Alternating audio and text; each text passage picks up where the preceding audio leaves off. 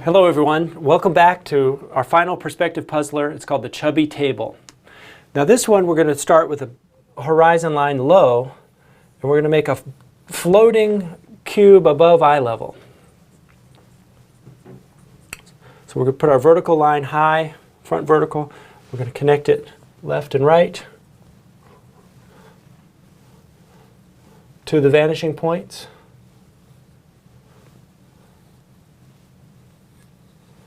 And we want to have a lot of space left over here. And don't touch the edge there. We want a little space there. We want a lot of space here. And a low horizon, a low eye level down here.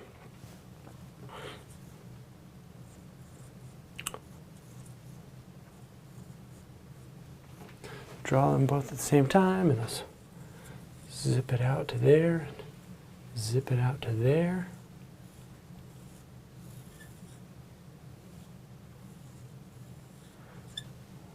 We want precise, these relationships to the vanishing point. We want these to be vertical.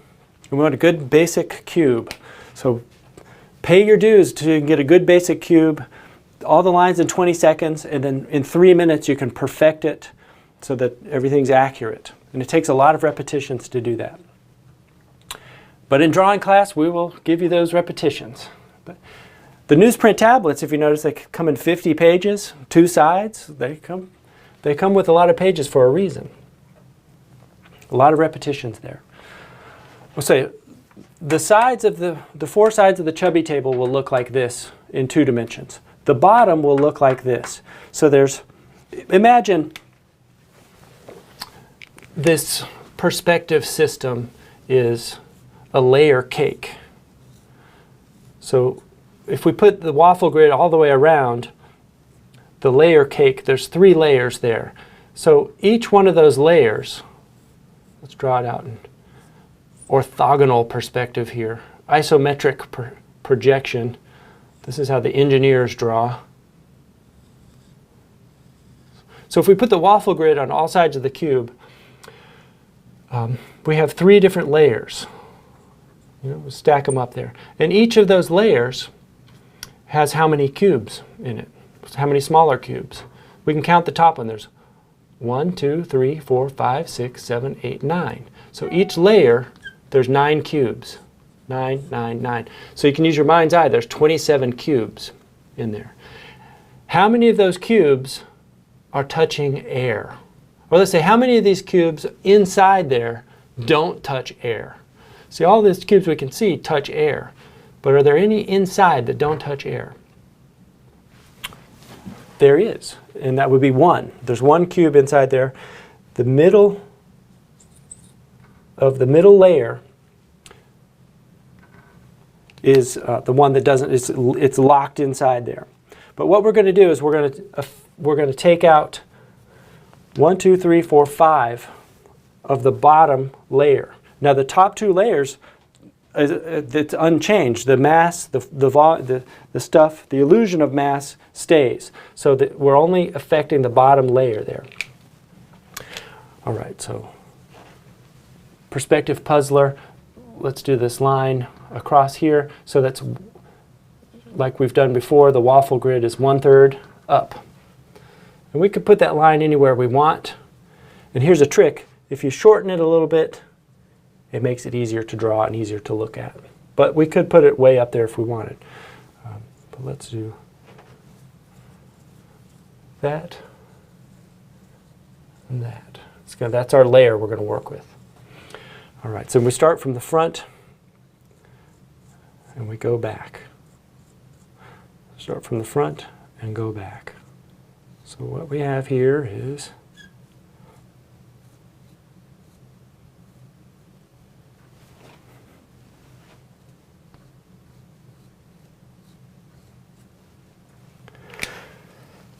let me clean that up a little bit.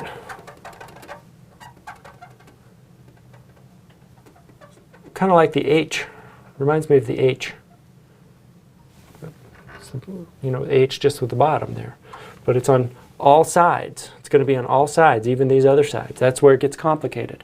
But we don't work with that yet. We start with what's closest to us, then we work back to what's farther away. So I see this is still closest to me, so I'm going to go down one side, and then I'm going to come down the other side.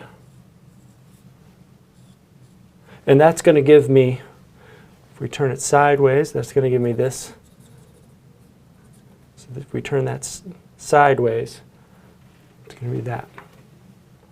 All right, let's go here, and let's go here.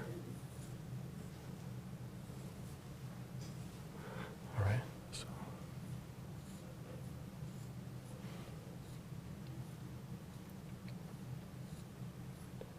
See, I'm using those orthogonals. That's giving me the locations. And I know this is collinear, this is collinear, this is collinear, this is collinear. And let me draw this in a different way to match what we have. Let's draw a diamond. Let's twist it. So the bottom of this table, we've got the 4 bottoms of the legs.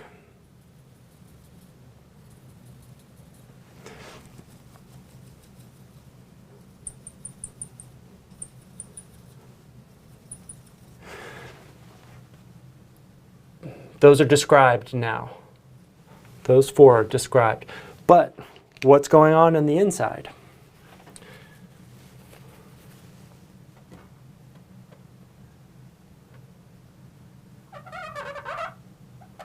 It's not finished yet. Okay, so start with what's closest to you. Here's what's closest, and this, so we move back. That goes there. So then it might come out here. I don't know. We'll cross that bridge when we get to it. This goes back here. All right. Now, let's move farther away. What's next that's not finished, that's next closest to us, is this point right here. That's a vertical. See, relationship there to there.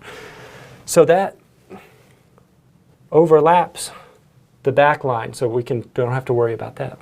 It's covered. And this goes up there, so there's nothing coming through there. All right, let's go further back, further back, further back. And if this line crosses there, we might see a little bit there. And if this line, ooh, it does cross a little bit there, we might see a little bit right there. Now, if that's lower or higher, we're going to see more of this bottom part here. Let me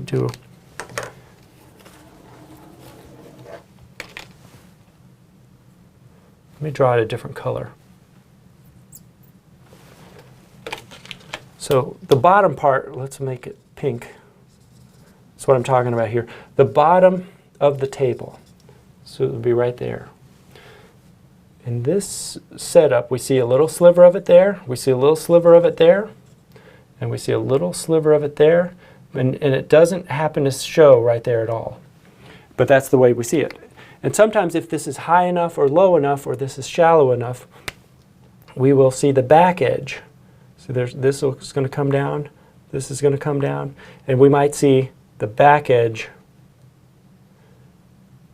where it connects there and there on the back side. Here's the front of this box, here's the back of that cube coming down. Here's the back of the cube. Let's go ahead and draw it like that. Give it some sense. Change it so we get some table bottom there, table bottom there. All right, there's the chubby table below eye level. And you can practice those, you can make your own. You could do this sideways. You could add more legs, you could add more distance. You could do whatever you want. You could introduce curves. So there's a lot. It could be infinite, the kind of combinations you come up with this. That's all, guys.